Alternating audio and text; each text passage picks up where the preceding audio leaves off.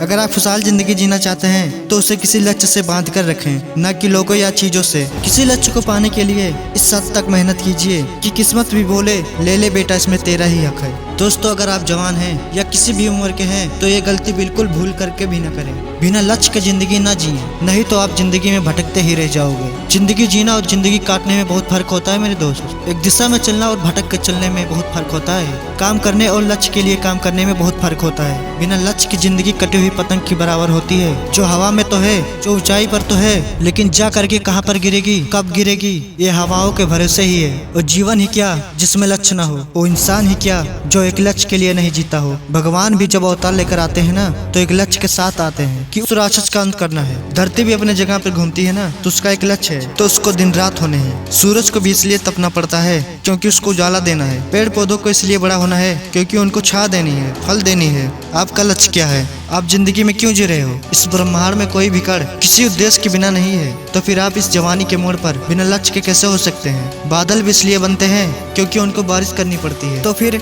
आपका है क्या इस दुनिया में? ध्यान से सुनो मेरी बात को।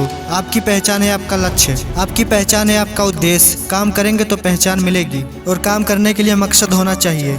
आपका एक एक पल मकसद के लिए कुर्बान होना चाहिए, परंतु कुर्बान होने के लिए लक्ष्य तो होनी ही चाहिए। इसलिए आज की तारीख में ये गलती ना करें कि केवल आप जिए जा रहे हो, आपका कोई मकसद ही नहीं है। जिंदगी जीना मकसद नहीं है, बल्कि मकसद को पाना जिंदगी है। अगर जिंदा हो तो बिना लक्ष्य के जिंदगी ना जिए। जीवन में बिना किसी लक्ष्य के इंसान भटकता ही रहता है, कभी उसे मंजिल नहीं मिलती। कुछ जाते जाते बस इतना कहना चाहता हूँ दोस्तों, उठो जागो और तब तक नहीं रुको जब तक लक्ष्य प्राप्त न हो जाए।